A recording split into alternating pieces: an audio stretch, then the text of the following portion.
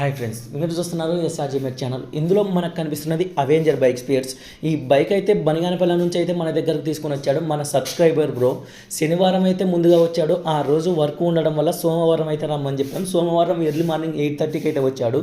దీనికి ఏమేమైతే మనం చేంజ్ చేస్తూ ఉన్నామంటే, దీనికి timing chain, timing tensioner, clutch plate assembly, అలాగే క్యామ్ సాఫ్ట్ బేరింగ్లు 2 అయితే చేంజ్ చేయడం జరుగుతుంది.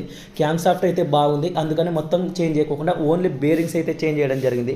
అలాగే ఫోర్క్ రాడ్ల నుంచి అయితే ఫోర్క్ ఆయిల్ అయితే లీక్ అవుతుంది. 2 ఫోర్క్ ఆయిల్ చిల్లు, 2 ఫోర్క్ ఆయిల్ అయితే తీసుకోవడం జరిగింది. మనకి ఏవేవి ఎంత రేట్ అనేది వీడియో కొంచెం స్లోగా చూశారంటే ప్రతిదైతే మీకు కనిపిస్తుంది.